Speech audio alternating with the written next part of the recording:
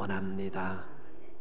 우리 안에 있는 모든 세속적인 가치관들이 고침받고 변화되기를 원합니다. 주님 이곳에 임하여 주시옵시고 오후 시간에 함께 예배를 드리는 저들을 주님의 도구로, 축복의 통로로, 은혜 도구로 주님 만들어 주시옵소서. 우리의 기도에 응답해 주시는 예수님의 이름으로 기도하옵나이다. 아멘. 1908년도에 충남에서 태어난 사람입니다. 그분이 11살 때 학교를 들어갔는데 1919년도에 3.1 운동이 일어났습니다. 이번에 참 영리했는 것 같아요. 하루는 어머니와 함께 공동묘지를 갔는데 어떤 분이 너무 통곡을 하면서 울고 있습니다. 그래서 이 남자가 아마 청년이지, 이 청년이 그분을 물어봤어요. 아니 어떻게 그리 슬피 울고 있습니까? 그랬더니 이분이 이런 얘기를 하게 됩니다. 젊은이, 내 이야기를 좀 들어줘서 내가 우리 아버지를 3년 전에 이곳에 매장을 했는데 우리 아버지 묘를 찾지를 못합니다. 이런 얘기를 하게 됩니다. 그러니까 이분이 그를 모르십니까? 이런 게 모른다는 겁니다. 이 청년의 마음에 얼마나 그게 크게 와닿았는가 하면은 이분이 그렇게 하게 되면 야 이래서는 안 되겠다. 그래서 그분이 야학, 요즘 없어졌는데 옛날엔 야간 학교지 않습니까? 야학을 세워서 농촌 사람들에게 한글을 가르칩니다. 그런데 이 자기 그 동네에서 야학을 가르치는 데는 제한이 있는 겁니다. 그래서 이분이 큰 뜻을 품고 이제 가출을 하게 됩니다. 근데 그분이 우리 젊은 분들은 아마 아실 겁니다. 장부 출가 생불한. 어떤 말인가 하면은 남자가 집을 떠나서 자기 뜻을 이루기 전까지는 내가 돌아오지 않겠다. 그래서 그분이 1932년도에 도시락을 만든 폭탄이 있었어요. 상해 임시정부에 있을 때에 그분이 도시락으로 위장된 폭탄을 일본 사람에게 던집니다. 그래서 이제 일본 장교가 2명이 죽고 5명이 부상을 입게 되는데 이 일들을 통하여서 그때 당시에 중국을 통치하고 있었던 사람이 장개석이었습니다. 깜짝 놀랐어요. 아니 그런 걸 하면은 분명 그 자신이 잡혀 죽는 줄 알면서도 그 젊은 청년이 자신이 죽을 줄 알면서도 그 일본 군인들을 향하여서 폭탄을 던졌습니다. 그래서 그분을 잡고 가슴을 쭉 패니까 뭐라고 그랬습니까? 장부, 남자가 출가하여서 살아서 돌아오지 않겠다. 그 뜻을 이루어야만 내 돌아오겠다 했는데 그 사람 이름이 윤봉길 의사입니다. 윤봉길 의사가 그랬어요. 자신의 결심을 굳게 위해서 그는 그 결심을 이루기 위해서 글을 하나 남기고 조국을 위하여서 그가 자기 목숨을 바릅니다. 아마 어쩌면 우리가 우리의 인생을 살아가면서 어떤 일을 하게 될 때, 중대한 일을 하게 될 때 우리는 결단을 해야 됩니다. 그럼 예수 믿는 우리가 인생을 살아가면서 중요한 결단을 할 때 어떤 마음, 무엇을 해야 되는가 다 알고 있습니다. 그거는 목사님 기도해야지요. 맞습니다. 우리가 어떤 일을 할 때에 중요한 일을 결정할 때에 반드시 결단에 기도해야 됩니다. 그런데 우리가 오늘 살펴보는 이 느헤미야의 기도에는 2가지의 기도의 원리가 있습니다. 느헤미야는 예루살렘 사람이 아니고 지금 현재 예루살렘 이스라엘이 포로로 잡혀가 있는 페르시아 사람입니다. 그는 페르시아의 수도 페르시아의 서울에 살고 있었습니다. 그 이야기가 느헤미야 1장 1절로부터 2절에 기록되어 있는 내용입니다.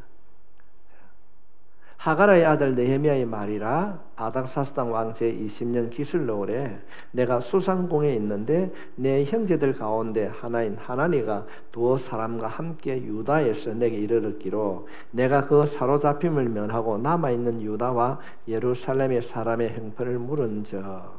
지금 오늘 본문의 주인공인 느헤미야가 이 페르시아에서 그것도 수상궁, 오늘날 말하면은 백악관 되겠죠. 우리나라 말하면 청와대 정도 됩니다. 그랬는데 하루는 동생들하고 동생 친구들이 찾아왔습니다. 그래서 너무 반가워서 이런저런 얘기하다가 형이 묻습니다.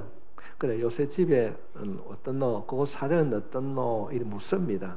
그럴 때에 이 동생이 대답하는 내용이 3절에 있는 내용입니다.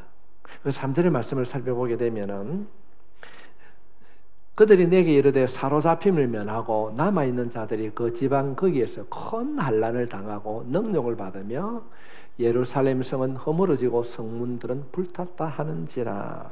어떤 얘기가 하면은 동생이 전해주는 고향의 소식이 도적떼들이 들어와가지고 약탈해 간다는 겁니다. 분유자들을 잡아가고 무법천지가 되었다는 겁니다.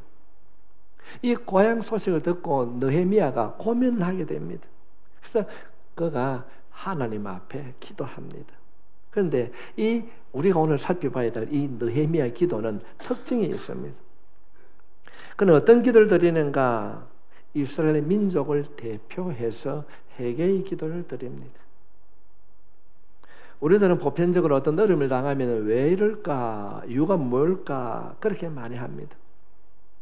지금 우리 여기 보면 경남에는 거제도에도 마마 기도회는 기도회가 있는데 거기 보면은 먼저 하는 것이 뭔가 하면 회개 기도입니다. 회개 기도.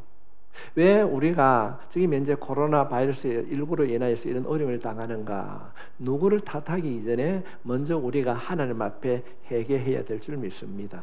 저는 만나는 사람마다 그런 얘기를 종종 하게 됩니다.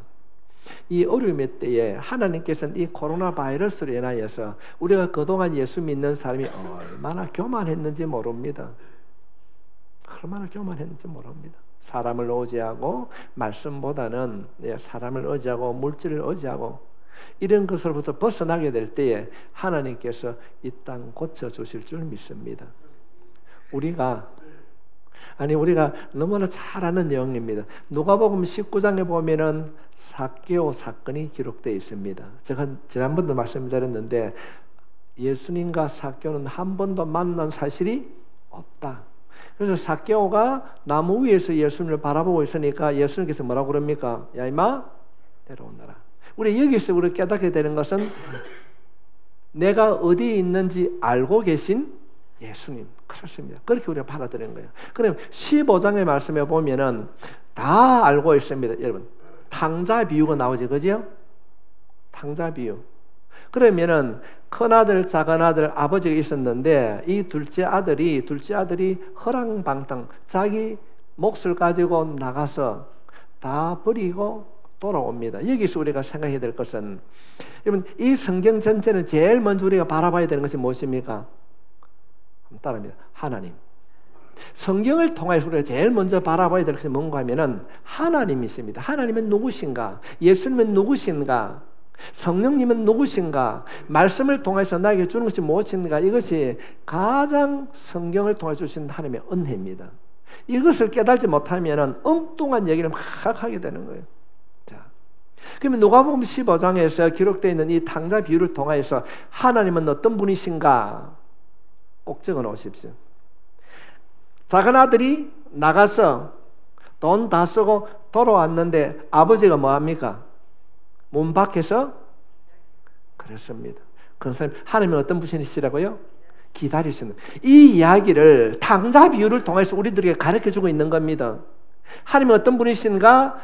우리의 허물, 우리의 잘못이 있다 할지라도 기다리고 계신 하나님을 탕자 비유를 통해서 우리들에게 가르쳐주고 있습니다. 그렇다고 한다면 우리가 세상을 살아가면서 어떠한 우리가 잘못이 있다 할지라도 하나님께 돌아가면은 하나님은 우리의 모든 허물을 덮어주실 줄 믿습니다. 그냥 덮어주는 게 뭐라고요? 가락지 뼈가 왔냐 왔나? 아이고 내 새끼야, 너는 내 끼다. 현금 보고 뭐라 합니까? 송아지 잡아라, 잔치하자. 이분이 하나님이십니다. 누가복음 15장에 있는 탕자 비유를 통해서 우리에게 주시는 것은 뭔가 하면 하나님은 어떤 분이신가? 기다리시고 우리의 아들의 지위를 회복시켜 주시는 하나님. 그렇습니다. 지금 느헤미야는 자기 동생에게 그걸 어떻노? 고향의 사람들 어떤데? 이런 게 말도 하지 마라 형님. 다른 사람들로 인해서 수탈을 당하고 참 어려운 가운데 있다. 그래 합니다. 그럴 때 그 이야기를 듣고 느헤미야는 하나님 앞에 회개의 기도를 드립니다. 회개의 기도를 드린 거예요. 그가 하나님 앞에 회개의 기도를 드리고 난 이후에 마지막에 선언을 하는 것이 바로 오늘 우리가 본문을 읽은 11절에 있는 말씀입니다. 11절에 있는 말씀 가운데 보면은 주의 구하오니 귀를 기울이사 종의 기도와 주의 이름을 경외하기를 기뻐하는 종들의 기도를 들으시고 오늘 종이 형통하여 이 사람들 앞에서 은혜를 잊게 하옵소서 하였나니 그때 내가 왕의 술가는이 되었느니라. 지금 그가 어떤 기도를 드립니까? 주님께 구하오니 종의 기도와 주의 이름을 경외하기를 기뻐하는 종들의 기도를 들으시고, 지금 느헤미야는 유다에 살고 있지 않고 페르시아 수도인 수상궁에 있습니다. 그런데 그가 지금 이제 하나님 앞에 회개의 기도를 드립니다. 좀 더 자세히 설명을 드리면은 교포입니다. 유다 민족이지만은 페르시아에 살고 있는 교포인데 교포 1세가 아닙니다. 교포 1세대는 아버지로부터 눈으로 보았기 때문에 잘 알고 있습니다. 그런데 2세대, 3세대 되면은 말도 잃어버릴 뿐 아니라 문화가 전혀 다른 것입니다. 이민을 간 4세대가 바로 느헤미야입니다. 문화도 다르고 언어도 다른 곳에서 그가 고향을 소식을 듣고 기도했다는 것은 대단한 믿음을 가지고 있습니다. 그런데 지금 느헤미야가 자신이 지금 현재 그 수상궁에 술 맡은 간원장, 그때 당시는 암살이라는 독살이 심한 때입니다. 그래서 음식을 먹을 때에 누군가 먼저 왕이 보는 그 자리에서 먼저 마시고 이상이 없으면은 왕이 음식을 먹습니다. 그런데 이 음식을 먹는 사람을 믿는 사람이 되지 않겠습니까? 자기가 일부러 독을 타고 내가 먹었습니다, 괜찮습니다, 그럼 왕이 독살 당할 수 있습니다. 그런데 항상 왕이 보는 앞에서 이 술 맡은 간원장은 음식을 먹게 됩니다. 그러니까 이 느헤미야는 술 맡은 간원장이라고 하는 것은 왕의 신임을 얻는 것입니다. 얼마나 이 사람이 높은 관직입니까? 예를 들면 미국의 백악관에 음식을 담당한 조례장 정도 되는 사람입니다. 그런데 느헤미야가 기도하고 난 이후에 모든 것을 포기합니다. 어떤 이야기를 하게 됩니까? 그의 고백이 뭔가 하면 11절 말씀에 종의 기도와 주의 이름을 경외하기를 기뻐하는 종들의 기도를 들으시고, 자신이 뭐라고 얘기하고 있습니까? 주님의 종이라 말하고 있습니다. 주님의 종이라. 나는 하나님에 속한 사람이라는 것입니다. 나는 페르시아에서 이민은 성공한 그런 사람이 아니라 나는 하나님의 백성이라는 사실을 늘 가지고 있습니다. 이것을 우리가 신앙의 정체성이라고 말을 하게 됩니다. 성도 여러분, 우리가 기도에 성공하기 위하여서는 신앙의 자기 정체성, 내가 누구인가를 분명하게 알아야 됩니다. 이게 아주 중요한 것입니다. 내가 누구인가를 모르는 그런 기도는 하나님이 응답하지 않습니다. 일시적으로 악한 영이 응답해 줄지 모르지만은 참된 기도를 드릴 수 없습니다. 예를 들면은 예수님께서 우리들에게 기도의 모범을 보여주시면서 가르쳐 주신 기도가 우리가 말하는 주님 가르쳐 주신 기도입니다. 주기도문입니다. 그런데 주기도문의 첫째 보면 뭡니까? 하늘에 계신 우리 아버지입니다. 이게 기도의 정체성입니다. 주의 종, 지금 느헤미야가 하나님 앞에 고백하는 것이 뭡니까? 나는 당신의 종입니다. 하나님은 우리의 아버지십니다. 우리가 하나님의 아버지를 부르는 그 순간 우리는 하나님의 자녀가 된 줄 믿습니다. 이것이 느헤미야의 기도를 통하여서 우리에게 주신 첫 번째 메시지입니다. 나는 하나님의 종입니다. 내가 누구인지도 모르면서 수많은 미사오고를 통해서 기도한다 할지라도 그 기도는 전화선이 연결되지 아니하는 그런 전화기에 불과할 것입니다. 입을 연다고 무릎을 꿇는다고 기도가 아니라 내가 누구인가를 전제하지 아니하면은 기도가 아니라는 것입니다. 하나님 아버지, 나는 하나님의 종입니다. 나는 하나님의 자녀입니다. 나는 하나님의 백성이라는 것을 전제로 하고 기도할 때에 응답해 주시는 줄 믿습니다. 11절 다시 말씀을 보면은 주여 구하오니, 주여 구하오니 귀를 기울이사 종의 기도, 자신이 하나님의 종이라고 얘기하고 있습니다. 주의 이름을 경외하기를 기뻐하는 종들의 기도를 들으시고 오늘 종이 형통하여 내가 왕의 술 간원이 되었느니라. 자신이 술 맡은 간원이 된 것은 기도한 가운데 응답해 주셨다, 하나님의 은혜로 되었다는 것입니다. 기도에는 분량과 장소가 중요합니다. 어떤 기도이든지 가장 중요한 것은 자기 정체성, 하나님이 우리의 아버지요, 나는 아버지의 자녀라는 것입니다. 이 정체성이 분명하게 되면 하나님께서 응답해 주실 줄 믿습니다. 내가 무엇을 선택할 때 가장 중요한 것은 내가 누구인가. 여러분 누구입니까? 하나님의 자녀입니다. 그렇습니다. 아주 간단한 것이지만은 이 기본적인 진리를 우리가 꼭 아셔야 됩니다. 나는 하나님의 자녀입니다. 여러분 자녀들을 키울 때 부모가 자녀들이 잘 못하면 그래 니 잘한다 그래 하고 있습니까? 옛날 어른들이 속담에 이쁜 아는 매 하나 더 주고 미운 아는 떡 하나 더 주라고 했습니다. 그처럼 우리가 신앙생활을 하는 가운데 우리가 믿음의 길을 바르게 가기 위해서는 때로는 하나님께서 우리에게 환난과 아픔과 고통이란 채찍을 통하여서 우리를 다듬어 주실 줄 믿습니다. 그러므로 인생에 맞이하는 그 어떤 고난과 환난도 기도로 아버지 앞에 이야기할 수 있는 여러분이 되시길 바랍니다.